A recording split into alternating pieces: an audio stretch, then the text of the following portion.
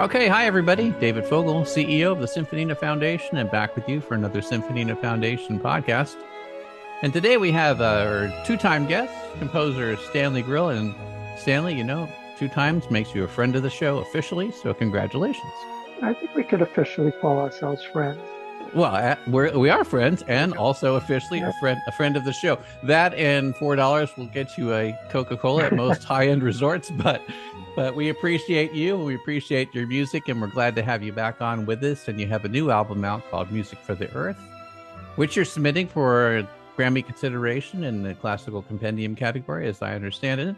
And Correct. I want to bring you on and let you talk about your experience creating the music, and also like composing it, and also creating it in its physical medium, going to the Czech Republic to get it recorded and all that. So I'll let you take it away, Stan. Sure. Well, as you know, a lot of my music is inspired by real world events, whether it's my Music for Peace project in our violin world or my extensive Music for the Earth project in what are perhaps vain but still hopeful ambition to encourage people to be responsible caretakers of all the life that we share, our life on planet Earth with. Yeah. And so I've been writing music related to that theme for a long time. And this album puts together three orchestral works from that series. So it starts with Gaia's Lament, which is a three-movement violin concerto, followed by Gaia's Song, which is a three-movement piano concerto, and concluding with a four-movement symphony called Season of Rain.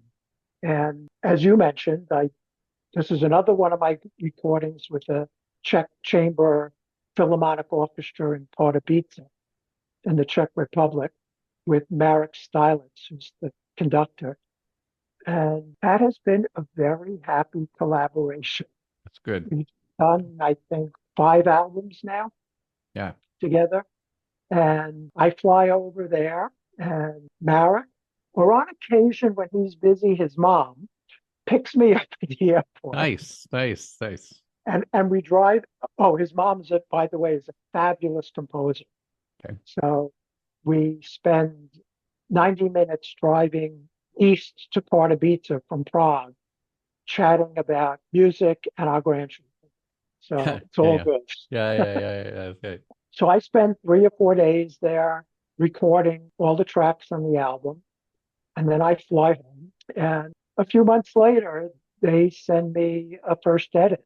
And I send them a long email back, saying, oh, 2 minutes and 35 seconds, somebody's out of tune. Can we get a better take of this? And a few more back and forths, they send me a fully mastered, beautiful recording, which I then do my own thing and release because I am now a fully indie classical composer. Yeah. It's great. When you're thinking about compositions, we have so many things to talk about. When you're thinking about compositions, for whatever the motivation is, where do you start to get the inspiration for, say, Gaia's Lament? So Gaia's my understanding, Gaia is viewing the earth as an organism, a complex organism itself. And it's easy to imagine the earth as a complex organism lamenting things right now. It has plenty to lament. That's fine. But where do you start with your inspiration for how is that going to help you create some piece of music specifically? Well, Gaia has a lot of implications because Gaia goes back to the Greek gods and is the goddess of the earth. And that name was adapted by this Gaia theory that the earth really is a complex, interactive organism. And that is something that I believe because you just look at all the creatures on earth and how we all interact with one another and the evolutionary path we've taken to all be here now. It's just this long history of interaction and development. Yeah. All those billiard balls ping-ponging off of one another to make what exists today. The reality that you can't screw up any part of it without screwing up a lot of it. It all impacts me. It's something that I strongly believe that we as human beings in our own role, should understand that and be caretakers of all the creatures around us, as opposed to their masters and their abusers and their destroyers. We have a responsibility. So those thoughts have been pinging around in my head for a long time. And I also thought, yes, Gaia has a lot of reason to be crying right now. When I started writing it, I was actually on vacation with my family on the Cape in a rental place, sitting on the couch, thinking about this, surrounded in this beautiful environment that Cape Cod is. And that was at the point where the UN was having one of its periodic soirees where all these political folks get together, blab their mouths a lot, and accomplish nothing at all, Right. which in itself is really depressing. So when I start writing the music, it's really just what are the emotional things that arise out of those thoughts? And then music just pops into my head to express them. And in this case, it turned out to be a violin concerto, for which I'd been wanting to write one for a while before that. And this just seemed to give rise to it. It seemed the moment had come. And I was really pleased with how I thought it was coming out. And then when I arrived in Pardubice and they started playing, it was like, oh yeah, this is really going to work. That's great. I have a question for the chamber Philharmonic Orchestra. Typically, when we think chamber, we think a little smaller, maybe a lot smaller. Depends. What's the size of the orchestra that you use to record for this album? So I've been writing for more or less a Beethoven size orchestra for a while. So it doesn't need a large set of strings because all your offsetting is two woodwinds each. Sometimes I write for two horns, occasionally for four, mostly for two, and one or two trombones, one tuba, one or two trumpets. And those are, and maybe an occasional addition. I might throw in a harp in some pieces. And that is the size of the Pardubice Orchestra, their core. And if they need an additional player here and there, Marek brings them in. I do that for a number of reasons, but the primary one being I have to be able to afford to do these recordings. That's a good reason. And the huge orchestra is less affordable than the chamber orchestra. And it still gives me all the timbres that I feel I need to provide the contrast and to express what I have to say. Yeah. When you're composing, do you do that in Dorico or do you do that playing keyboard into a digital audio workstation? What's your workflow like? Well, these pieces were all written in finale. Finale, okay. Although I have since become a enthusiastic fan of Dorica. After several months of initial screaming panic. I heard those. You heard those screams from there, 2,000 miles away, but I heard them, yeah. Yeah. So that turned out to be a happy change after I sort of got the swing of it. It turns out that it does a whole lot of things much better than finale did, with much fewer steps. And I'm very happily writing Dorica. That said, I wrote these in finale. I always write directly into my laptop, into a score I set up in my music software, 2 floors away from my piano, which I never go near while I'm writing. I just put down notes, using my laptop keyboard of what I'm hearing in my head. And I start at the first bar and I have a general layout of where I want to go in my head. And then I just put in note by note. I orchestrate as I go along. Interesting. And by the time I get to the last bar, it's all done except for proofreading. Yeah, I mean that flow obviously works well for you, and I do know it works well for others too. I have to say for me, it's not the flow that I generally use. I have tried that, and I find it requires for me a little different skill set that I have to, and maybe it would make me better in some way to pursue that more. But I feel like I've played for so long that it's easier for me to play what I want to hear and then transcribe it into MuseScore, which is what I use, before I Right. send things to Chris Prather to put it in Dorico before we send it to Budapest Scoring or whatever we're going to do. But Right. just to Right. kind of get things going. And then once I can see it on the page, then I can orchestrate it a little bit better than I can in like Logic Pro that I would use. But it's Right. interesting. I have at the times that I've tried to write from scratch, which I've done some of my Symphonina work. I tend to have a little bit of a different approach and mindset to it, and really have to carefully consider, like, keeping in my mind what key center am I in and all that. Where I feel like if I'm playing it, it comes quite naturally to me. So I find it very interesting that you have your piano, nearby, but you're not touching it as you're going to check anything or anything. Like, no, it's all right in front of you on the score. And I really admire actually you and others who can just work right off of the page. I think that's great. Well, one reason is I always found if I was sitting at a piano that what is physically comfortable to play for my hand is what comes out. And if I'm nowhere near the piano, my thinking is a lot freer. Yeah. Yeah. And I'll the tell you. other thing is, Yeah, go ahead. I'm a contrapuntal writer. I love counting. Yeah. I love the interaction of all these different voices, but I'm not Bach, and I can't improvise four voice fugues. Uh, I have to think about them. I find that for that contrapuntal writing, it doesn't help me to be at the I counterpoint. I appreciate need to that. write melodies and then see, all right, how do these imitations really fit in Yeah. Yeah. and harmonize? And how does all these voices really work together?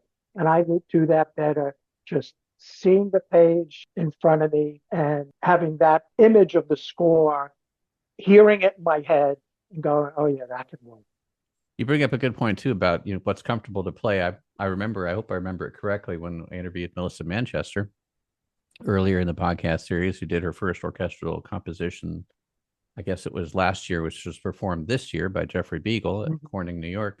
She made a point of saying that she's very melody driven, and also that she wants to hum her melodies as she's walking around and whatever. And the ones that stick are really the ones that she wants, and Right, they're all authentic to her then and original, as opposed to what muscle memory she might have playing at a keyboard. And then it kind of falls into what we might call local optimum in the engineering world, where you just kind of repeat the right, same right, same thing. exactly. So I appreciate that, and Yeah. as a lifelong hummer, I get that too. I'm humming things all the time. And let me come back to your album in terms of your Gaia's Lament, Gaia's Song, but then Season of Rain. What is the contrast between Season of Rain and the two concerto pieces that you composed?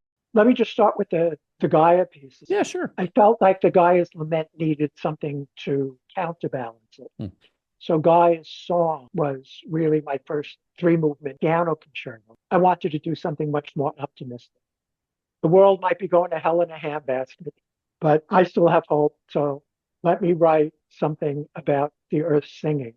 Yep. And so that those two I feel like were really paired pieces.